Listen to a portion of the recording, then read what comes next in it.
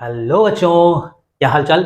बढ़िया एकदम। तो बेटा आज हम लोग शुरू करने जा रहे हैं केमिस्ट्री क्लास 12th, जिसका पहला चैप्टर है सॉल्यूशंस।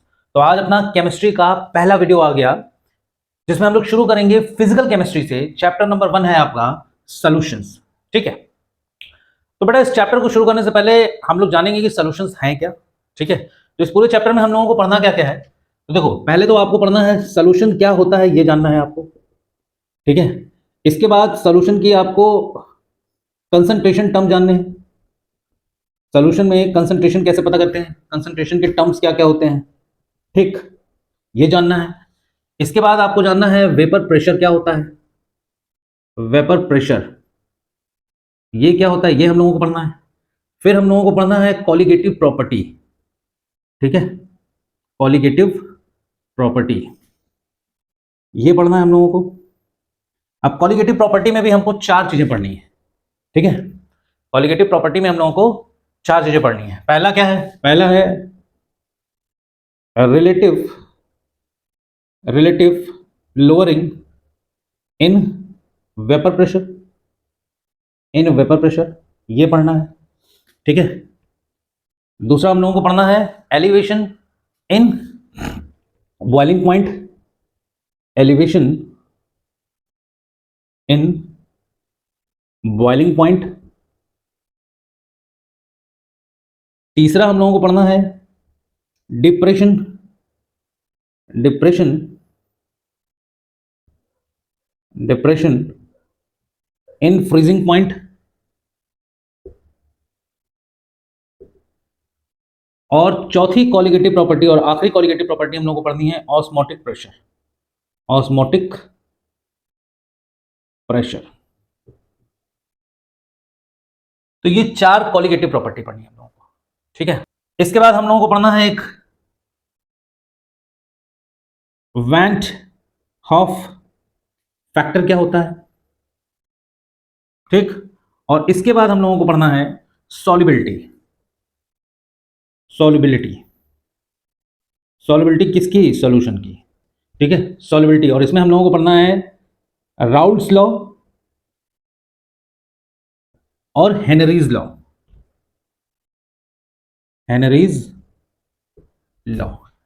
तो बेटा आपका ये जो चैप्टर है सॉल्यूशन, इस पूरे चैप्टर का ये ब्रेकअप है।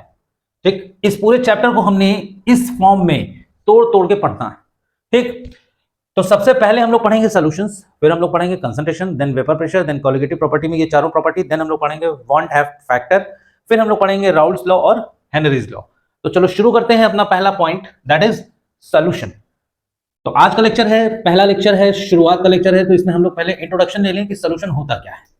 ठीक है। सॉल्यूशन के बारे में हम लोग थोड़ा सा जानकारी ले लें पहले, उसके बाद फिर आगे की चीजों को हम लोग डिस्कस करेंगे।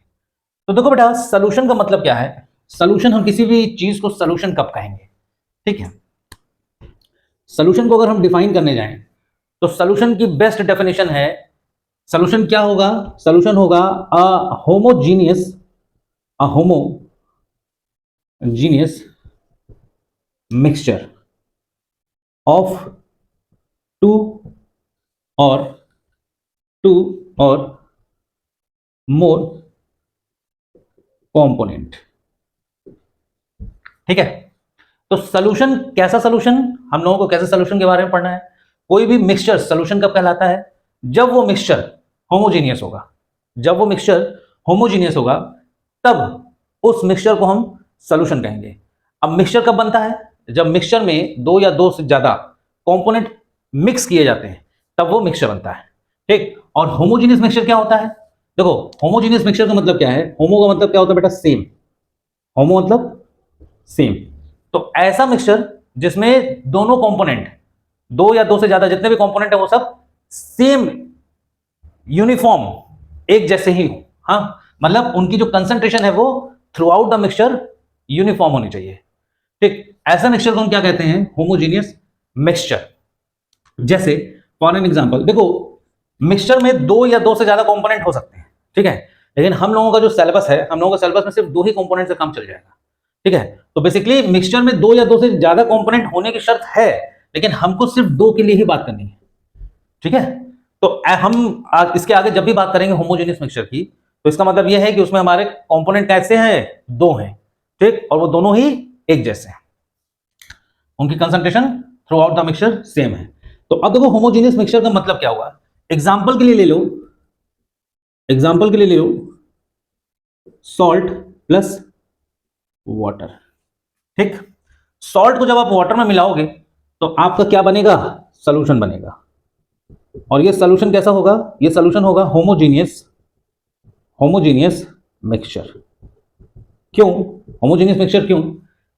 क्योंकि जब आप ग्लास में पानी भरा हुआ है, उसमें आपने सॉल्ट मिला दिया, तो उस पूरे ग्लास के पानी में नमक की जो कंसंट्रेशन है वो थ्रू आउट द सॉल्यूशन हर जगह सेम है। ऐसा तो है नहीं कि आप नीचे वाले पानी में आपको नमक ज्यादा मिलेगा, ऊपर वाले पानी में आपको नमक कम मिलेगा, या बीच वाले पानी में आपको नमक कम मिलेगा। पूरे गिलास में, चाहे आप ऊपर सरफेस के पानी की बात करो, चाहे आप बॉटम के पानी की बात करो, हर जगह आपको नमक की जो कंसंट्रेशन है वो सेम मिलने वाली है, और पानी की कंसंट्रेशन भी सेम मिलने वाली है, ठीक। तो इसका मतलब यह है कि वो जो सॉल्यूशन है वो यूनिफॉर्म है ना यार। पूरे गिलास में पानी और नमक का जो घोल बना, वो घोल क्या है, यूनिफॉर्म, एक जैसा ही तो है, ठीक। चाहे आप सॉल्ट प्लस वाटर ले लो, चाहे आप शुगर प्लस वाटर ले लो, शुगर प्लस वाटर ले लो, ठीक। तो ये भी क्या देगा, ये भी आपको सॉल्यूशन देगा। और कैसा सॉल्यूशन देगा, होमोजेनियस। क्यों? क्योंकि चीनी को जब आप पानी में मिला दोगे तो पूरा का पूरा पानी मीठा हो जाएगा, चीनी यूनिफॉर्मली उसमें डिस्ट्रीब्यूट हो जाएगी, यूनिफॉर्मली मिल जाएगी, ठीक है। तो चाहे आप गिलास के ऊपर के सरफेस के पानी की बात करो, चाहे आप नीचे के सरफेस की बात करो, वो सब की जो कंसंट्रेशन होगी वो सेम होगी, ठीक। एक और एग्जांपल ले लेते हैं, ये पहला था, ये दूसरा है, तीसरा एग्जांपल ले लो। तीसरा एग्जांपल कोल्ड ड्रिंक का ले लो। कोल्ड ड्रिंक, कोल्ड ड्रिंक पीते हो ना, थम्स अप, पेप्सी, फैंटा, जो भी, ड्यू, स्प्राइट, जो भी आप कोल्ड ड्रिंक पीते हो, उस कोल्ड ड्रिंक में जो कंपोनेंट होते हैं वो क्या क्या होता है बेटा, ये कोल्ड ड्रिंक क्या है, ये सोल्यूशन है। और कैसा सोल्यूशन है, होमोजेनियस मिक्सचर का सोल्यूशन है। क्यों? क्योंकि इसके अंदर क्या क्या होते हैं, कंपोनेंट क्या क्या होते हैं, वाटर होता है, पानी होता है, प्लस फ्लेवरिंग एजेंट होते हैं, फ्लेवरिंग एजेंट होते हैं, प्लस CO2 होता है, कार्बन डाइऑक्साइड, ठीक। जो फिज की आवाज आती है कोल्ड ड्रिंक की बोतल जब आप खोलते हो, तो उसमें जो आवाज आती है फिज की, वो आवाज क्यों आती है, ड्यू टू दिस CO2, ठीक है। तो इन तीन कंपोनेंट के मिक्सचर को हम कोल्ड ड्रिंक कहते हैं। और ये तीन के तीनों मिक्सचर है कैसे, होमोजीनियस। होमोजीनियस बोले तो पूरी के पूरी सॉल्यूशन में सबकी कंसंट्रेशन कैसी है, सेम। यहां सेम से मतलब ये नहीं है कि दो के दोनों लिक्विड हो, या दो के दोनों सॉलिड हो, या दो के दोनों गैस हो। यहां सेम का मतलब है same concentration, same concentration through out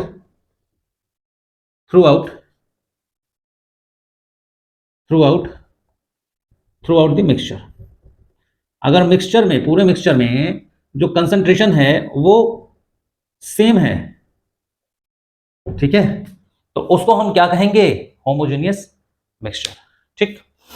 अच्छा, तो अभी तक मैंने जितनी भी बात की सब में मैंने वाटर लिया, हाँ, और ये सब के सब सॉल्यूशन किस फॉर्म में थे, लिक्विड के फॉर्म में। कैसा था ये, लिक्विड के फॉर्म में। देखो कोल्ड ड्रिंक भी लिक्विड में मिलती है, शुगर प्लस वाटर, शरबत बनाते हो ना शरबत, तो वो भी क्या होता है, लिक्विड ही होता है। और सॉल्ट प्लस वाटर, नमक पानी जो बनाते हैं, वो भी लिक्विड होता है। तो इसका मतलब क्या कि होमोजीनियस मिक्सचर जो है, या जो सोल्यूशन है, क्या वो सोल्यूशन सिर्फ लिक्विड में ही हो सकता है, कोई जरूरी नहीं है, सोल्यूशन सॉलिड भी हो सकता है। अब इसका मतलब क्या है सर, सॉलिड का एग्जांपल बताइए। तो देखो बेटा, सोल्यूशन का मतलब क्या है, दो या दो से अधिक कंपोनेंट को हम सेम कंसंट्रेशन में मिक्स कर दें, सेम कंसंट्रेशन में मिक्स कर दें। बोले तो जब वो दोनों मिक्स हो जाएं तो मिक्सचर के अंदर उनकी कंसंट्रेशन सेम होनी चाहिए, यूनिफॉर्म होनी चाहिए। इसका मतलब कि अगर हम दो सॉलिड चीजों को मिक्स करके एक मिक्सचर बनाएं और वो मिक्सचर होमोजीनियस बन जाए, तो वो भी एक होमोजीनियस सॉल्यूशन कहलाएगा, ठीक है। अब देखो एग्जांपल के लिए फिर से एक ले लेते हैं हम लोग, copper plus zinc. Copper plus zinc, इससे बनता क्या है, इससे बनता है बेटा ब्रास। ये भी एक मेटल है, ध्यान रखना, ठीक है। ये मेटल नहीं है, सॉरी, ये एलॉय है, एलॉय, एलॉय। और ये क्या है, ये दो के दोनों मेटल है, कॉपर प्लस जिंक। अब ये दोनों मेटल मिलके एक एलॉय बनाते हैं, और एलॉय भी क्या होता है, सॉलिड। कहने का मतलब ये भी सॉलिड, ये भी सॉलिड, और ये भी सॉलिड, ठीक। तो ऐसा नहीं है कि जो कंपोनेंट है आपके वो लिक्विड ही हो, और जो आपका सोल्यूशन हो वो भी लिक्विड ही हो। ये है कैसा, ये जो ब्रास बनता है बेटा, ये जब ब्रास बन गया ना, तो ब्रास बनने के बाद इस ब्रास के अंदर जिंक और कॉपर की जो कंसंट्रेशन होती है वो through out the mixture same होती है। ब्रास के बर्तन आते हैं, पीतल, हिंदी में जिसको पीतल कहते हैं, ठीक है। तो कॉपर प्लस जिंक को जब हम मिलाते हैं तो उससे पीतल बनता है। तो पीतल के बर्तन देखे होंगे ना, पीतल की हांडी होती है, पीतल की परात होती है, पीतल की थाली होती है, गिलास होते हैं। तो ऐसा तो नहीं कि पीतल की थाली अगर तुमने ली तो थाली में इस तरफ थोड़ा ज्यादा पीतल है, इस तरफ थोड़ा कम पीतल है, बीच में जिंक ज्यादा है, साइड में जिंक कम है, ऐसा तो नहीं है। जो पीतल की थाली होती है उसमें हर जगह यूनिफॉर्मिटी होती है, मतलब पीतल हर जगह पीतल ही है ना, मतलब उसमें ब्रास और जिंक की जो कंसंट्रेशन है वो यूनिफॉर्म है पूरी थाली के अंदर या पूरे ग्लास के अंदर। तो इसका मतलब जो ब्रास एलॉय है वो कैसा मिक्सचर है, ये होमोजीनियस मिक्सचर है। और अगर ये होमोजीनियस मिक्सचर है, अगर ये होमोजीनियस मिक्सचर है तो बेटा ये एक सॉल्यूशन है। तो ये सॉल्यूशन है। इसका मतलब सॉल्यूशन के लिए कंडीशन क्या है, सॉल्यूशन के लिए कंडीशन क्या है कि जो मिक्सचर है वो होमोजीनियस होना चाहिए। अगर मिक्सचर हेट्रोजीनियस हो गया, अगर मिक्सचर हेट्रोजीनियस हो गया तब वो सॉल्यूशन नहीं हो सकता, ठीक, तब वो सॉल्यूशन नहीं हो सकता। तो सर हेट्रोजीनियस मिक्सचर क्या होता है वो भी बता दीजिए। हेट्रोजीनियस मतलब जो जिस मिक्सचर में जो भी उसके कंपोनेंट्स हैं उनकी जो कंसंट्रेशन है वो यूनिफॉर्म ना हो, ठीक है, उसको हम क्या कहते हैं, हेट्रोजीनियस। जैसे एग्जांपल के लिए आप सैंड में शुगर को मिला दो, बालू को रेत में चीनी के दाने मिला दो, तो वो हेट्रोजीनियस मिक्सचर होगा। बालू के दाने में आपको चीनी के दाने एकदम साफ साफ अलग अलग नजर आ रहे होंगे, सेम यूनिफॉर्म कंसंट्रेशन तो होगी नहीं मिक्सचर की।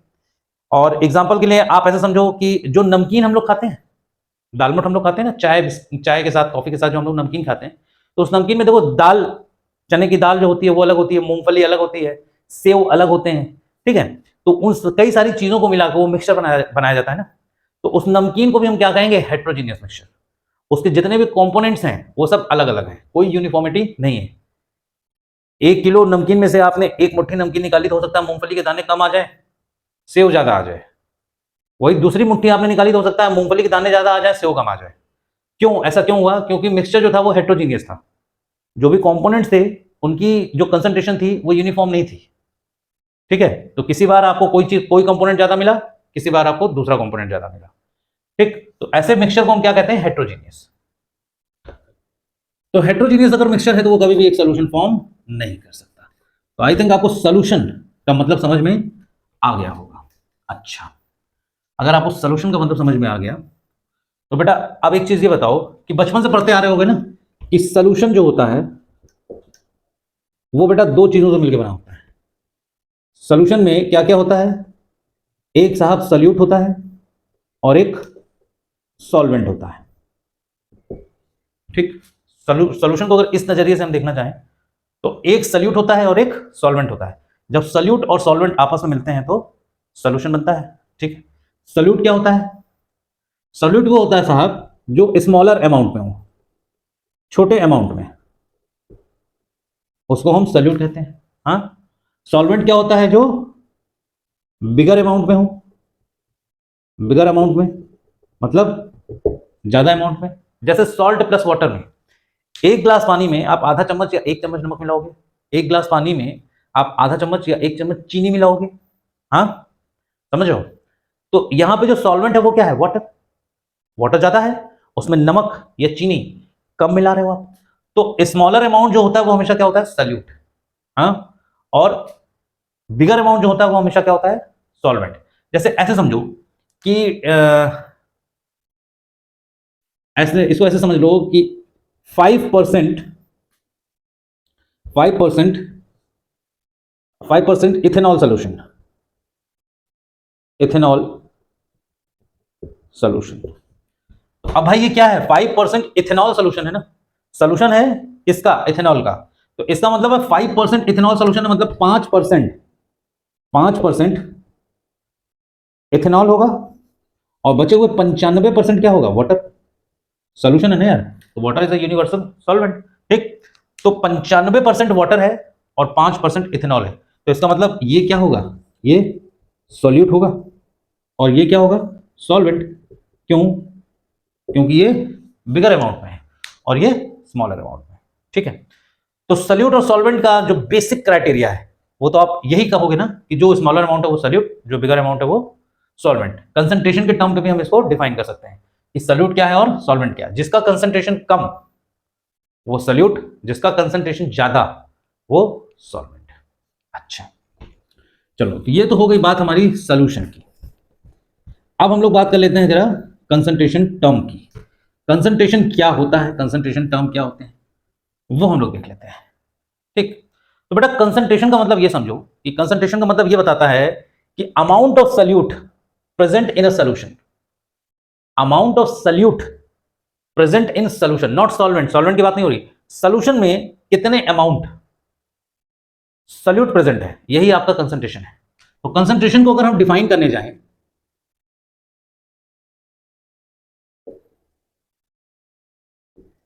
ठीक, तो इन जनरल लैंग्वेज में समझने के लिए अगर हम लोग कंसंट्रेशन को डिफाइन करें तो कंसंट्रेशन को हम समझ सकते हैं कि the amount of solute present in solution is called concentration, is called concentration। ठीक, तो अब ये अमाउंट किसी भी टर्म में हो सकता है how many gram of solute is present in 1 litre of solution, या हो सकता है how many ml of solute, अगर सल्यूट लिक्विड में है तो how many ml of solute is present in 1 litre of solution, how many number of moles of solute present in 1 litre of solution, या how many number of moles of solute present in 1 kg of solution. ठीक है, बहुत सारी चीजें हैं। Concentration का मतलब क्या है कि बेसिक मोटा मोटा दिमाग में ये बैठा लो कि सोल्यूशन में कितने अमाउंट में सल्यूट प्रेजेंट है, इसी को हम कहते हैं कंसंट्रेशन। ठीक, अच्छा, तो ये तो कंसंट्रेशन का मतलब हुआ। अब कंसंट्रेशन कितने तरीके से हम निकाल सकते हैं, तो बेटा देखो पहला कंसंट्रेशन जो है, पहला कंसंट्रेशन क्या, पहले कंसंट्रेशन को देखो है क्या, ये तो समझ में आ गया। अब कंसंट्रेशन को हम दो टाइप में तोड़ सकते हैं, कंसंट्रेशन को हम दो टाइप में तोड़ सकते हैं। क्या क्या, पहला टाइप जो है वो है वॉल्यूम रिलेटेड, दूसरा टाइप जो है वो है मास रिलेटेड। ठीक, ध्यान रखना बेटा कंसंट्रेशन दो तरीके की होती है, एक कंसंट्रेशन होता है जो वॉल्यूम से रिलेटेड होता है, एक कंसंट्रेशन जो होता है वो मास से रिलेटेड होता है। तो अब ये जितने भी कंसंट्रेशन वॉल्यूम से रिलेटेड होंगे बेटा उन सब पे टेम्परेचर का इफेक्ट पड़ेगा। ये क्या होते हैं, ये टेम्परेचर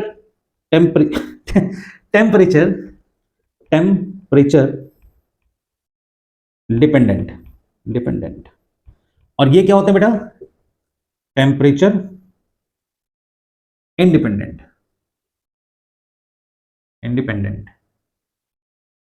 कहने का क्या मतलब है, कहने का मतलब यह है कि बेटा अगर टेम्परेचर हम बढ़ाएंगे तो किसी भी चीज का वॉल्यूम एक्सपैंड करेगा, टेम्परेचर हम घटाएंगे तो वॉल्यूम कॉन्ट्रैक्ट करेगा। तो अगर वॉल्यूम चेंज होगा तो वॉल्यूम से रिलेटेड जितने भी कंसंट्रेशन के टर्म है वो सबके सब चेंज हो जाएंगे। मतलब अगर हमने टेम्परेचर चेंज कर दिया तो वॉल्यूम भी चेंज होगा, वॉल्यूम अगर चेंज होगा तो वॉल्यूम से रिलेटेड जितने भी कंसंट्रेशन के टर्म्स हैं वो भी चेंज हो जाएंगे।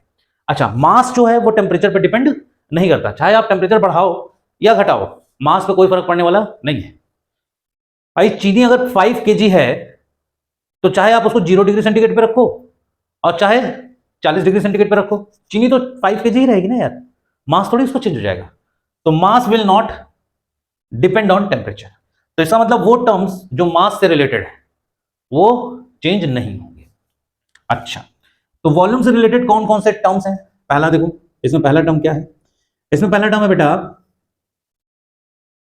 इसमें पहला टर्म है आपका वेट बाय वॉल्यूम परसेंटेज। ये भी एक कंसंट्रेशन का टर्म होता है कि how many gram of solute present in 100 ml of solution. ठीक है, तो वेट बाय वॉल्यूम ये भी एक कंसंट्रेशन का टर्म है, इसको हम ऐसे भी लिखते हैं वेट बाय वॉल्यूम परसेंटेज। ठीक, दूसरा आपका है, ये आपका पहला था, दूसरा आपका है volume by volume percentage, volume by volume percentage. ठीक, तीसरा आपका है मोलैरिटी, ठीक, ये भी वॉल्यूम पर डिपेंड करता है। ठीक, मोलैरिटी क्या होता है? Number of moles of solute upon volume of solution in litres. Molarity का फॉर्मूला बनता है बेटा number of moles of solute upon volume of solution in litres. तो चूंकि मोलैरिटी भी वॉल्यूम पर डिपेंड करती है, इसलिए ये भी टेम्परेचर डिपेंडेंट होगा। ठीक, तीसरे के बाद आ जाओ चौथे पे। चौथा कंसंट्रेशन का टर्म जो होता है बेटा वो होता है नॉर्मेलिटी। नॉर्मेलिटी, तो देखो मोलैरिटी आप क्लास 11th में पढ़ चुके हो, weight by volume, volume by volume, ये सब आप क्लास 11th में पढ़ चुके हो। नॉर्मेलिटी का टर्म आपके लिए थोड़ा नया है, वो भी हम लोग सीखेंगे ये कैसे निकाला जाएगा इसको। ठीक, लेकिन अभी फिलहाल ये जान लो कि वॉल्यूम रिलेटेड ये वो टर्म्स हैं कंसंट्रेशन के जो टेम्परेचर पर डिपेंड करेंगे। अच्छा, तो टेम्परेचर पर ना डिपेंड करने वाले कौन कौन से टर्म आ गए इसमें? देखो पहला, इसमें जो पहला कंसंट्रेशन का टर्म होता है वो होता है वेट बाई वेट परसेंटेज। इसको हम ऐसे लिखते हैं W बाई W परसेंटेज। ठीक, ये भी एक कंसंट्रेशन का टर्म है। दूसरा आपका होता है बेटा मोलैलिटी। मोलैलिटी, ठीक, मोलैलिटी। ठीक, ये मोलैरिटी है, मोलैरिटी आर है इसमें, ये मोलैलिटी है, एल है। क्लास 11 में आप मोलैलिटी और मोलैरिटी पढ़ चुके हो। ठीक है, तो ये हो गई आपकी मोलैलिटी। लेकिन सर क्लास 11 में पढ़ाई किए ही कहां थे? ठीक, नहीं किए थे, लेकिन ये शब्द तो सुने होगे ना यार, ये वर्ड तो सुने होगे ना, मोलैलिटी और मोलैरिटी क्या होता नहीं पता, ठीक कोई बात नहीं, वो हम लोग सीख लेंगे। लेकिन सुने तो होगे ना, ऐसा थोड़ी कि पहली बार सुन रहे हो, ये नया तो नहीं है ना। तो मोलैलिटी क्या है? ये मास डिपेंडेंट होता है। ये मोलैलिटी का फॉर्मूला क्या होता है? Number of moles of solute upon mass of solvent in KG. Number of moles of solute upon mass of solvent in KG, ये मोलैलिटी का फॉर्मूला होता है। ठीक है, मोलैलिटी के बाद आ जाओ, तीसरा जो होता है बेटा वो होता है मोल फ्रैक्शन। मोल फ्रैक्शन, ये भी आपका एक कंसंट्रेशन का टर्म है। और चौथा इसमें बन जाता है बेटा पार्ट्स पर मिलियन। इसको हम पीपीएम भी कहते हैं, पीपीएम, ये भी एक कंसंट्रेशन का टर्म है। ठीक, तो ये वो कंसंट्रेशन के टर्म्स हैं जो हमें पढ़ने हैं इस चैप्टर सॉल्यूशन में। ये 8 टर्म्स, 4 इधर 4 इधर, ये 8 टर्म्स हमें पढ़ने हैं, जिसमें सबसे इंपॉर्टेंट क्या है आपका? मोलैरिटी, नॉर्मेलिटी और मोलैलिटी, मोल फ्रैक्शन, ये 4 आपके सबसे इंपॉर्टेंट है। ठीक, और आपका वेट बाय वॉल्यूम भी कह लो, ये भी इंपॉर्टेंट है एक तरीके से। तो ये 2, 2, 4 और एक ये 5, ये 5 कंसंट्रेशन के टर्म बड़े इंपॉर्टेंट है। इन 5 कंसंट्रेशन के टर्म पे आपको कमांड एकदम बनानी ही बनानी है, तभी जाके आप इस चैप्टर सॉल्यूशन के न्यूमेरिकल्स को हिला पाओगे। ठीक, उसके बाद तो कॉलिगेटिव प्रॉपर्टी आपकी है, कॉलिगेटिव प्रॉपर्टी से आपके न्यूमेरिकल्स बनेंगे ही बनेंगे। ठीक है, ऑस्मोटिक प्रेशर क्या है, और relative lowering pressure, vapour pressure, फिर elevation in boiling point, depression in freezing point, इनसे भी आपके न्यूमेरिकल्स बनते हैं। इवन दो कॉलिगेटिव प्रॉपर्टी से आपके जेईई और नीट में भी क्वेश्चन आते हैं। ठीक है, तो अभी फिलहाल के लिए कंसंट्रेशन ये जानो आप कि 4 और 4 ये 8 टर्म्स हो गए। कंसंट्रेशन है क्या? कंसंट्रेशन का मतलब होता है amount of solute present in solution is called concentration. तो देखो यहां पे भी क्या कह रहा है? Weight of solute in volume of solution, volume of solute in volume of solution. तो ये सब क्या है? सॉल्यूट और सॉल्यूशन के बीच का कंसंट्रेशन ही तो है। अब ये सब क्या है ये अभी हम लोग पढ़ने जा रहे हैं। चलो, तो आई थिंक ये नोट कर लिया होगा आपने, अपने नोटबुक में ये नोट जरूर कर लेना और टेबल ऐसे बना लेना, ताकि आपको ये पता लगे कि कंसंट्रेशन में आपको पढ़ना क्या क्या है, 8 चीजें, और कंसंट्रेशन में कौन कौन सी चीजें टेम्परेचर पे और वॉल्यूम पे डिपेंड करती है। ठीक है, और कौन सी चीजें टेम्परेचर पे डिपेंड नहीं करती। बेटा कभी कभी क्वेश्चन पूछ देता है सीधा सीधा कि which of the concentration term does not depends on temperature, या which of the concentration term will change on increasing और डिक्रीजिंग द टेम्परेचर। तो जब तुम्हें पता ही नहीं है कि कौन सा टेम्परेचर पे डिपेंडेंट है और कौन सा टेम्परेचर पे इंडिपेंडेंट है, तो तुम कैसे बता पाओगे कि टेम्परेचर बढ़ाने या घटाने पे कौन सा बढ़ेगा और कौन सा नहीं घटेगा बढ़ेगा? तो ये देख लो, नोट कर लो, इंपॉर्टेंट है। ठीक है, चलो अब हम लोग थोड़ा सा कंसंट्रेशन निकालने की बात कर लेते हैं, सीख लेते हैं कंसंट्रेशन कैसे निकालते हैं।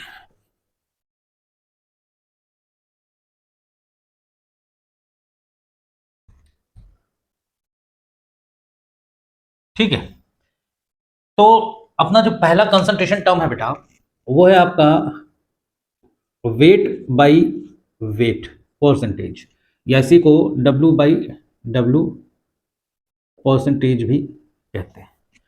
इसका मतलब क्या हुआ, इसका मतलब क्या हुआ ये समझो।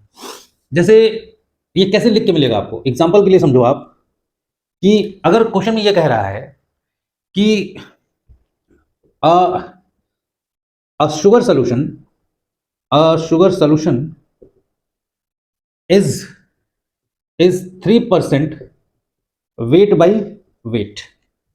मान लो क्वेश्चन में आपको ये एक लाइन लिख के मिल गई कि a sugar solution, a sugar solution is 3% weight by weight. इसका मतलब क्या हुआ, शुगर क्या होगा आपका सॉल्यूट, और सॉल्यूशन है तो इसका मतलब सॉल्वेंट क्या होगा वाटर। ठीक है, तो सॉल्यूशन जो बना, शुगर सॉल्यूशन जो बना, इसका मतलब ये हुआ कि 3% वेट बाई वेट, जो पहला वेट होता है बेटा, ठीक है, ये वेट होता है सॉल्यूट का। कंसंट्रेशन टर्म में जो पहला वर्ड होता है वो हमेशा सॉल्यूट का होता है, और जो दूसरा वर्ड होता है ये हमेशा सॉल्यूशन का होता है, हमेशा। ठीक, तो जैसे यहां पे वेट बाई वेट लिखा हुआ है और 3% लिखा हुआ है, इसका मतलब है कि 3 ग्राम, 3 ग्राम शुगर जो है, 3 ग्राम sugar is present in 100 gram of solution. इसका मतलब ये हुआ भाई, 3% का मतलब क्या हुआ, 100 का 3। कोई भी चीज अगर 100% है तो उसमें 3%, कोई भी चीज अगर 100 ग्राम है तो उसमें 3 ग्राम ही तो 3% होगा। तो शुगर सोल्यूशन जो था, इसकी कंसेंट्रेशन बता रहा है ये कि 3% है wait by wait. Wait by wait का मतलब अगर 100 ग्राम सोल्यूशन है तो उसमें 3 ग्राम सल्यूट है, ये मतलब होगा इसका। तो सल्यूट क्या है, शुगर है, तो 3 ग्राम sugar is present in 100 gram of solution. ठीक, अच्छा, तो इस पे क्वेश्चन कैसे आएंगे, क्वेश्चन देख लो। मान लो एक क्वेश्चन आपको दे रखा है कि 20 ग्राम, 20 gram sugar, 20 gram sugar, 20 gram sugar is mixed with 20 gram sugar is mixed with 100 gram of water. Find weight by weight percentage of solution. मान लिया आपसे क्वेश्चन ये पूछ लिया कि 20 gram sugar is mixed with 100 gram of water, find weight by weight percentage of solution. Solution का हमको weight by weight percentage बताना है। ठीक, find weight by weight percentage. ठीक, weight by weight percentage of solution नहीं होगा बेटा, sugar होगा, sugar. Weight by weight percentage of sugar. Concentration हमेशा सोल्यूट की होती है, सोल्यूशन की नहीं। ठीक, तो इसका मतलब है 20 gram sugar is mixed with 100 gram of water, find weight by weight percent of sugar. तो पहले तो ये जानो कि वेट बाय वेट परसेंट निकालने का फॉर्मूला क्या होता है। तो देखो, वेट बाय वेट परसेंट निकालने का फॉर्मूला क्या है, कि ये क्या बता रहा है, mass of solute present in mass of solution. तो weight by weight percent is equal to mass of solute upon mass of solution into 100। क्यों, क्योंकि परसेंटेज। ठीक, तो यही सेम फॉर्मूला यहां पर लगा दो। वेट बाय वेट परसेंटेज क्या हो जाएगा, वेट बाय वेट परसेंटेज हो जाएगा आपका मास ऑफ सोल्यूट। सोल्यूट क्या है, शुगर, और शुगर का मास कितना है 20, तो 20 ग्राम अपॉन मास ऑफ सोल्यूशन। तो मास ऑफ सोल्यूशन कितना है भाई, वाटर कितना है 100 ग्राम। तो मास ऑफ सोल्यूशन 100 ग्राम नहीं होगा बेटा, सोल्यूशन क्या होता है, सोल्यूट प्लस सॉल्वेंट। तो वाटर यहां पे क्या है, सॉल्वेंट है ना कि सोल्यूशन। तो 100 ग्राम सॉल्वेंट है, 20 ग्राम सोल्यूट है, तो 100 और 20 जब मिलेगा तो 120 ग्राम सोल्यूशन बन जाएगा। तो मास ऑफ सोल्यूशन कितना हो जाएगा 120 इंटू 100। तो ये 0 से 0 काट दो और ये 2 से 6 काट दो, कितना आ गया ये 100/6, बोले तो 50/3। तो 3 एकम 3 और बचा 2 3 छंग 18, तो फिर बचा 16.66%, 16.66%। तो 16.66% वेट बाय वेट कंसंट्रेशन है इस सोल्यूशन का, जिसमें 20 ग्राम शुगर है 100 ग्राम वाटर में। ठीक है, समझ में आया? और वेट बाय वेट परसेंट का ये फॉर्मूला होता है बेटा, ठीक है? ये फॉर्मूला नोट कर लो और ये क्वेश्चन नोट कर लो। अब इसी पे एक क्वेश्चन जरा और देख लो, अच्छा थोड़ा इससे थोड़ा अच्छा लेवल है, ठीक है? ये तो बेसिक था, अब इससे थोड़ा सा अच्छा लेवल का क्वेश्चन देखो, इसी वेट बाय वेट पे, ठीक है? क्वेश्चन क्या कह रहा है? क्वेश्चन कह रहा है कि 10 ग्राम 10 ग्राम NaCl 10 gram NaCl is dissolved in 100 ml of 100 ml of solution. 100 ml of solution. Find weight by weight percentage. If density of solution is 1.2 gram per ml. If density of solution is 1.2 ग्राम पर ml. अब condition क्या है कि जो salute है NaCl वो 10 ग्राम है, इसको डिसॉल्व किया गया है 100 ml ऑफ सॉल्यूशन में। हमको क्या बताना है? Wait by weight percentage. तो एक बात बताओ भैया, वेट बाय वेट में हमको सल्यूट का मास पता होना चाहिए। वेट क्या होता है? मास होता है ना, तो सल्यूट का मास पता होना चाहिए, पहली बात। दूसरी बात, सॉल्यूशन का मास पता होना चाहिए। क्यों? क्योंकि वेट बाय वेट का जो फॉर्मूला अभी अभी हम लोगों ने लिखा, वो हम लोगों ने लिखा mass of solute upon mass of solution into 100। तो मास ऑफ सॉल्यूशन कहां पे है? ये तो NaCl क्या है? सल्यूट, जिसका मास है 10 ग्राम। सॉल्यूशन का वॉल्यूम दिया है 100 ml, मास तो हमें दिया नहीं है। तो एक फॉर्मूला हम जानते हैं क्या, कि density is equals to mass upon volume, mass upon volume. तो डेंसिटी दे रखी है कितनी? 1.2 ग्राम, 1.2 ग्राम पर ml। मास हमें नहीं पता, मास हमें निकालना है। और वॉल्यूम दे रखा है कितना? 100 ml, 100 ml। तो ये 100 ml यहां आके मल्टीप्लाई कर देगा तो क्या बना देगा? ये 120 gram. That will be the mass of what? Mass of solution. क्यों? क्योंकि ये डेंसिटी ऑफ सॉल्यूशन ही तो था और ये वॉल्यूम ऑफ सॉल्यूशन ही तो है। तो हमें मास ऑफ सॉल्यूशन मिल गया, कितना है? 120 ग्राम। तो यहां से वेट बाय वेट परसेंटेज आ जाएगा। Weight by weight percentage will be equals to mass of solute क्या है? 10 ग्राम का, मास ऑफ सॉल्यूशन क्या है? 120 ग्राम इंटू 100। ये जीरो से ये जीरो गया, 5 जा 6 जा, तो क्या हो गया? ये 50/6, तो ये 25 और ये 3/24 पॉइंट लगा दिया, जीरो बचा, 3 9, 8.33%। 8.33%। तो ये जो वेट बाय वेट परसेंट आया वो आपका कितना आ गया? 8.33%। तो बेटा ये खेल खेलना भी आना चाहिए कि अगर आपको डायरेक्ट मास नहीं दिया है, वॉल्यूम दिया है, तो डेंसिटी और मास से आप कन्वर्ट करके, डेंसिटी और वॉल्यूम से आप कन्वर्ट करके पहले मास लाओ सॉल्यूशन का, उसके बाद आप इस फॉर्मूले पे पुट करो। तो था कुछ नहीं, बस थोड़ी सी एक क्लिक थी, उस क्लिक को समझना जरूरी था, क्योंकि ये कंसंट्रेशन वाले जो क्वेश्चंस होते हैं ना, वो इन्हीं सब चीजों में खेलता है, ठीक है? तो अगर हमें ये सब पता है, कन्वर्ट करना पता है, तो बड़े आराम से हम इसको सॉल्व कर ले जाएंगे। तो ये तो आपका पहला कंसंट्रेशन टर्म था बेटा, वेट बाय वेट।